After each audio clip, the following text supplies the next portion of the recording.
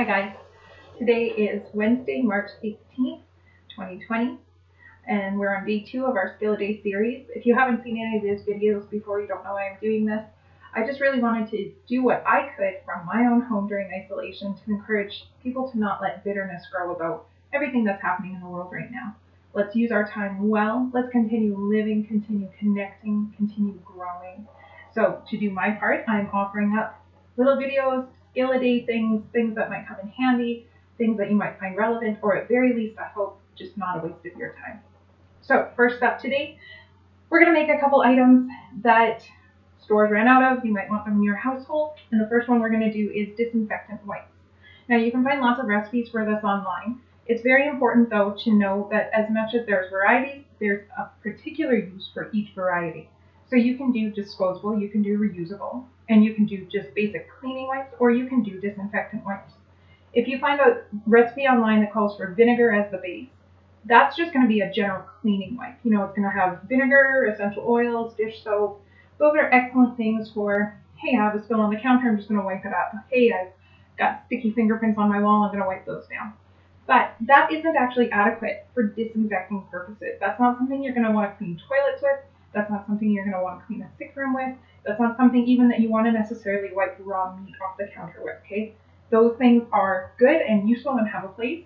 But when it comes to things like bodily fluids, gross, infectious stuff, you want to move on to something stronger. For that, you're going to need bleach or rubbing alcohol. Here's my bleach. I'm not actually going to do bleach wipes, okay? But I did want to give you a caution. If you're going to do this, they're excellent, okay? People turn up their nose to bleach because it's so strong and powerful, right? This is a very effective tool for disinfecting purposes. And the reason is because it kills germs. And it's not actually picky about which germs it kills, and your body is just one giant germ factory for it. So we need to be careful when we use bleach, okay? But it will, in fact, kill most of the things that you're worried about, okay? There's lots of resources online that you can look at about the effects of bleach on coronavirus. And they're saying, yes, it is, in fact, very effective, as it tends to be with most things. So you can definitely make bleach wipes. If you're going to be doing bleach wipes for disinfecting purposes, you want a 1:49 ratio, okay? If you're just making like household wipes, if you have kids in your house, you just want to clean things after they come through to spread general germs, you know, things like that, you want a 1:99 ratio. But you need to remember when you're using bleach, any bleach that you get on your clothes, those clothes are going to get caught in the crossfire and be collateral damage for your little crusade of disinfecting. Now, when you are using bleach, if you're going to be diluting it, you need to remember it's very strong in its concentrated state. You're going to actually want to open windows, okay? You're going to want to wear gloves. You're going to want to wear eye protective wear. If you think that that's overreacting, you won't after you get something in your eye, okay? Really not pleasant. Along with that, you also want to make sure that you're not mixing bleach with the wrong substances. Okay, if you pour bleach on urine directly, it's actually going to make a chlorine gas. And my mom did that. Dog peed on the floor, she poured bleach on it. She lost her sense of smell for, I think, 4 months. Okay, this is very strong stuff. She's lucky it was just that. You can also have problems mixing it with commercial cleaners. You can have problems mixing it with acids. It's very reactive. It makes chlorine gas. It's not safe. Okay, so use it with caution. But as I said before, it is very effective. So if you want to use bleach wipes, by all means, go ahead and do that. Just be very careful as you are doing that. What I'm going to do, though, is actually rubbing alcohol. Okay, so I'm going to use this as the base for my thing. And the very first thing we need is a container. Okay, I'm going to use a container about the size and shape of a commercial disinfectant wipe, Lysol wipe, for hemp protein powder. And then we're going to need paper towel. Okay, obviously my paper towel does not fit there, so we have to adjust this. First thing we're going to do is take out the tube inside. Yes, I pre-did this because I was worried about fumbling with it on a video. But it actually was really easy. You just need to loosen up the paper towel around the inside. Most of them don't even glue all the way down to the tube anymore. You just loosen it, and then it pulls right out. Okay? So, now we have our paper towel without a tube. And now we need to cut it to be the right size. And apparently, what works best for this, and I didn't try this might actually be very funny for you, is just a serrated bread knife. Okay?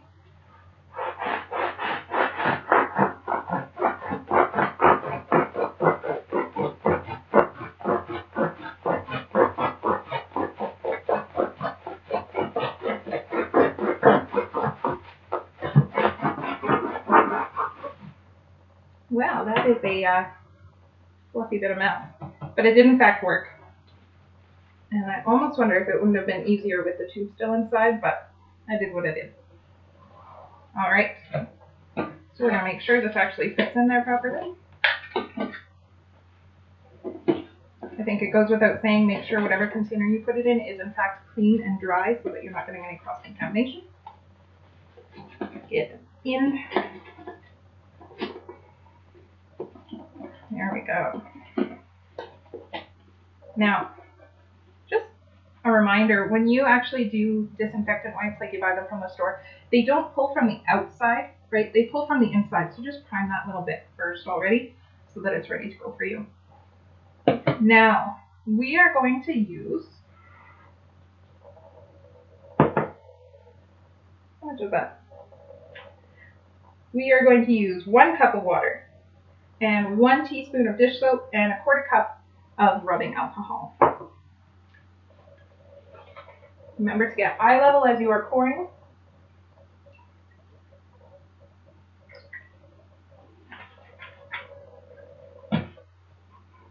Add that just in with my water. Make sure your dish soap doesn't have any weird stuff in it. You like using a basic Dawn, it works well. So 1 teaspoon dish soap. Okay, that's going to be the thing that makes it really not just disinfect but clean. Okay, these are going to be good general purpose wipes. I can use them to wipe up raw meat on my counter. I can use them to wipe off the walls. I can use them to clean up toys. I don't need to worry about too much of a bleaching effect on anything. There. And now we're going to pour them directly over our paper towel. Okay.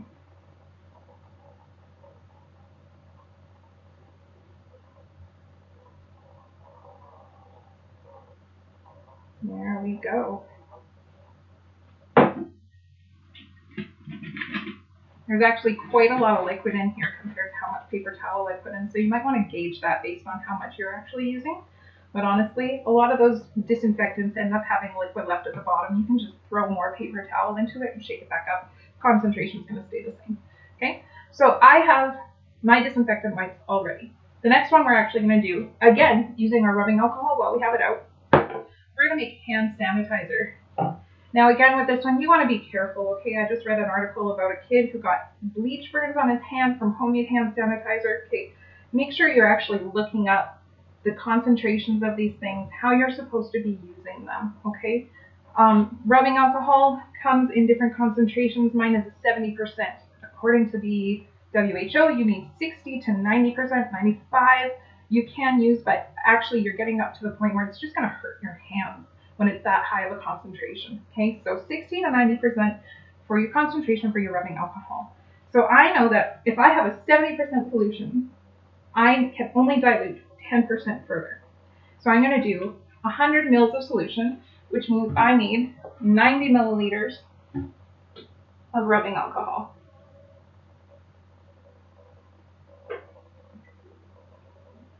Okay.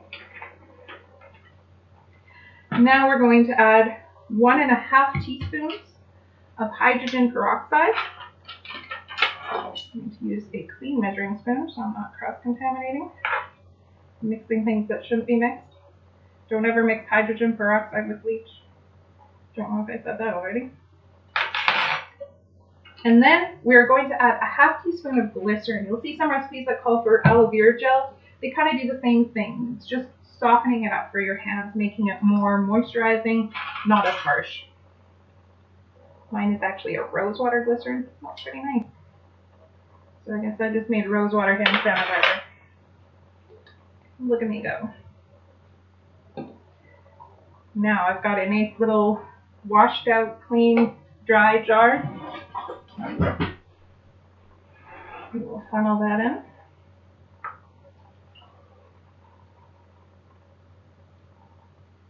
And I made a little too much. That was good. But at least I know my pantry is sanitized now.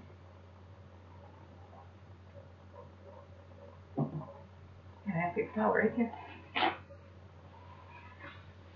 Alright. Smells like doctor's office in here, which probably means everything is good and sanitized. Now, after talking about how to kill microorganisms, now we are going to feed and cultivate some. If you remember yesterday, we started on our sourdough starter. Today will be day 2 of that. And it's really easy, okay? Again, 4 ounces of flour, 4 ounces of water. We're just gonna add it right in. My sourdough starter, I see 2 little bubbles. Yay! I wasn't actually expecting to see any today. Maybe you won't have any in yours. Don't be discouraged, okay? So I'm just gonna put it right in. And do a nice stir.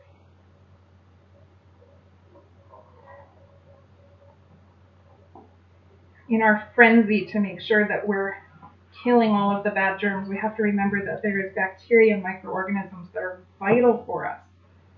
Our body is comprised of these things and they need it to continue functioning. So feed it well with things like yogurt, sourdough. People do kombucha. I don't love the taste, but I know that there are wonderful benefits from it. Okay.